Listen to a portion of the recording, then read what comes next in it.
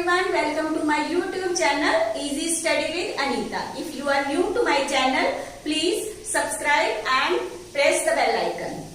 हमने पीछे वीडियो में किया था प्रेजेंट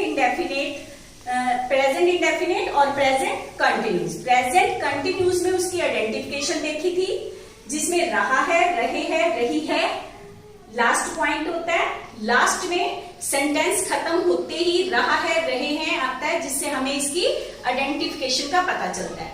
रूल, इसमें हम सब्जेक्ट के साथ इज एम आर का यूज करते हैं। सिंगुलर सब्जेक्ट है तो इज, प्लूरल है तो आर, अगर आई हमारा सब्जेक्ट है तो उसके साथ एम।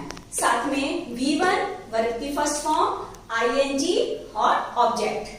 नेगेटिव यानी कि नहीं वाले वाक्य जो होते हैं उसमें सेम यही रूल रहता है, बस इज एम आर के साथ हमने नॉट लगाना है। और वर्ब की फर्स्ट फॉर्म उसी तरह रहेगी, आईएनजी भी उसी तरह है और ऑब्जेक्ट भी उसी तरह हम फॉलो करते हैं। नेक्स्ट आता है हमारा इंटेरोगेटिव। इंटेरोगेटिव यानी कि प्रश्नवाचक वाक्य। जब हम कोई क्वेश्चन करते हैं तो उसे हम कहते हैं इंटेरोगेटिव सेंटेंस, यानी कि क्या वाले वाक्य। तो इसके लिए रूल लिखते हैं, एक बार रूल समझेंगे फिर इसका एग्जाम्पल करेंगे।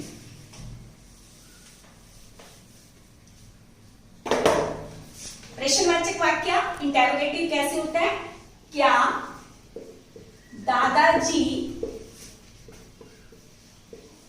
क्या दादाजी खाना खा रहे हैं?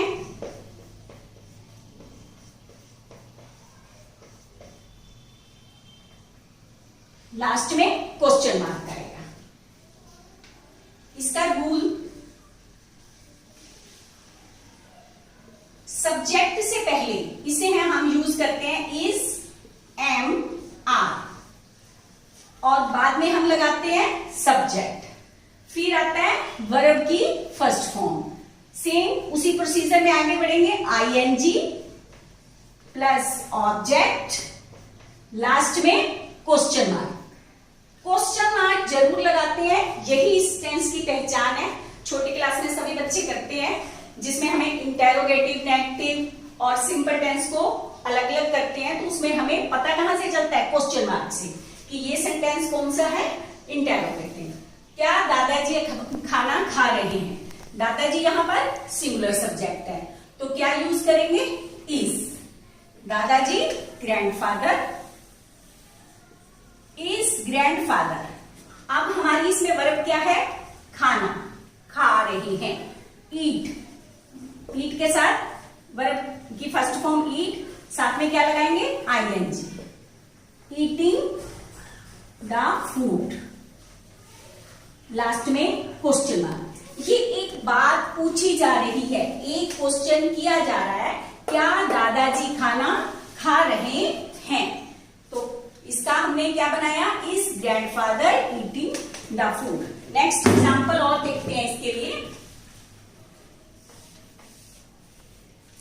सॉरी, हो गया। क्या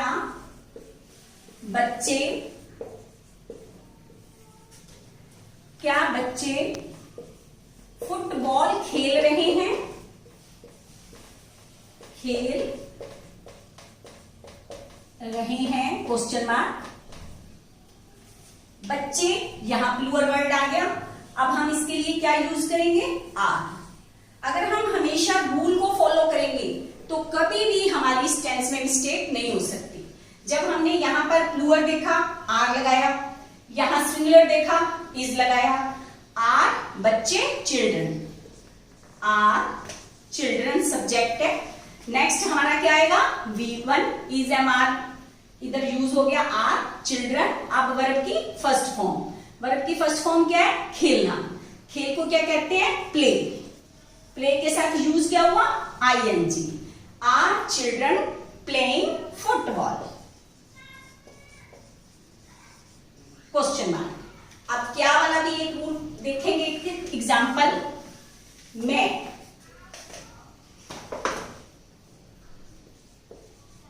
क्या मैं कहानी पढ़ रही हूं?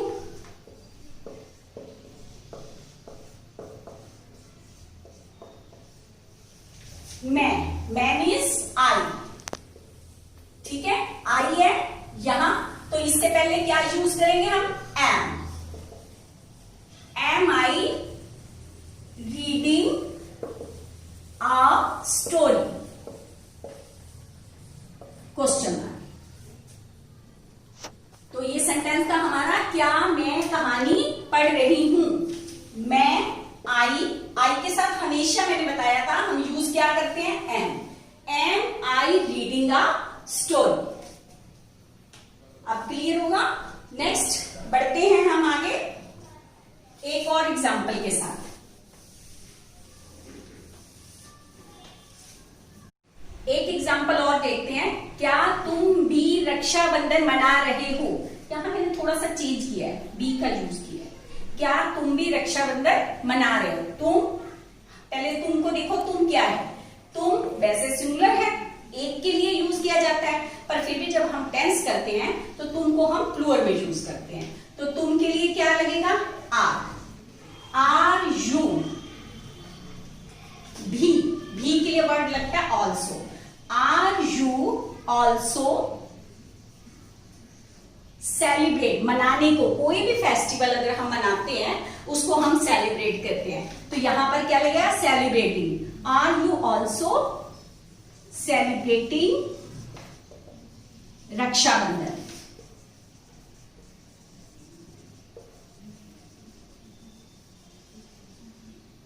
और लास्ट में क्वेश्चन मार्क। हम नेक्स्ट टेंस की ओर बढ़ते हैं। नेक्स्ट टेंस है हमारा प्रेजेंट परफेक्ट टेंस। इसकी आइडेंटिफिकेशन क्या है, चुका है, चुके हैं, यानी कि वह वाक्य है, वह सेंटेंस जो खत्म होते हैं चुका है, चुके हैं और चुकी है, जिन वाक्यों के लास्ट का पॉइंट खत्म करता है ये कहते हुए हम खाना खा चुके हैं, हम पढ़ चुके हैं, तो ये इसकी पहचान है, चुका है, चुके हैं, चुकी है। इसमें हम सेम उसी तरह सबसे पहले सब्जेक्ट यानी कि कर्ता, अब इसके साथ हम क्या यूज करेंगे, हैज या है। सिंगुलर सब्जेक्ट होगा तो उसके साथ हैज, प्लूरल सब्जेक्ट होगा तो है। इसके साथ में हमने अब वर्ब की फर्स्ट फॉर्म यूज नहीं करनी है। जब भी हम हैज हैव यूज करेंगे तो इसके साथ हमेशा हमने वर्ब की थर्ड फॉर्म यूज करनी है। टेंस करने से पहले हमें वर्ब भी बिल्कुल क्लियर होनी चाहिए। जिन बच्चों को वर्ब नहीं आती है, टेंस आगे वो तभी बढ़ा पाएंगे अगर उनको सारी वर्ब लर्न हो। तो वर्ब की थर्ड फॉर्म और लास्ट में ऑब्जेक्ट। एग्जाम्पल देखते हैं इसका।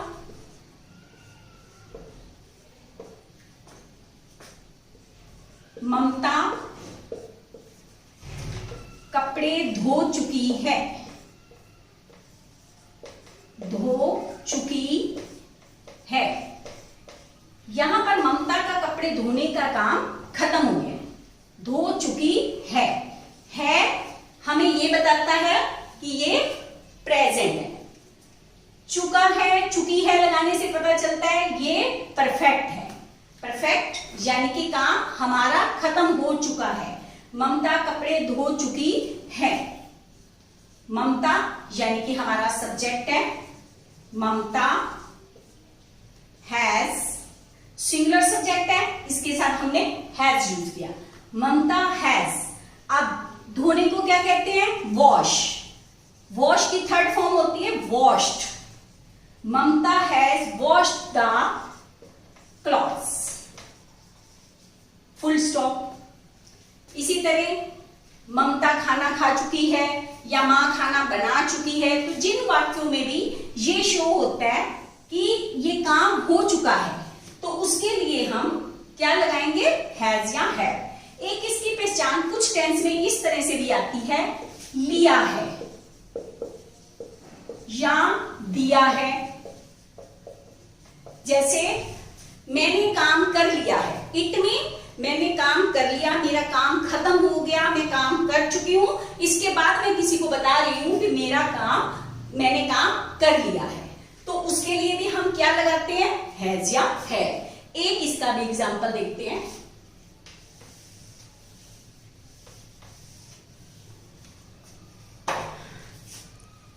मैंने